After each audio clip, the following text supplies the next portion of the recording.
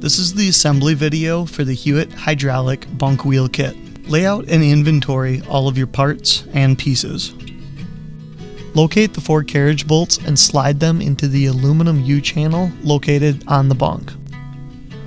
Attach the hydraulic bunk wheel bracket to the bunk.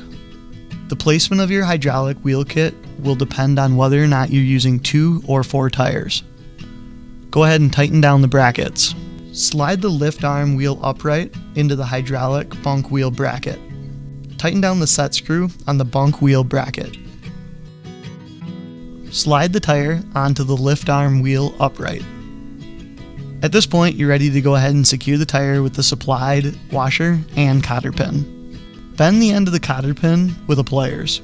Now you're ready to go ahead and repeat the process on the other side. Slide the hydraulic bunk cross tube over the 2 lift arm wheel uprights.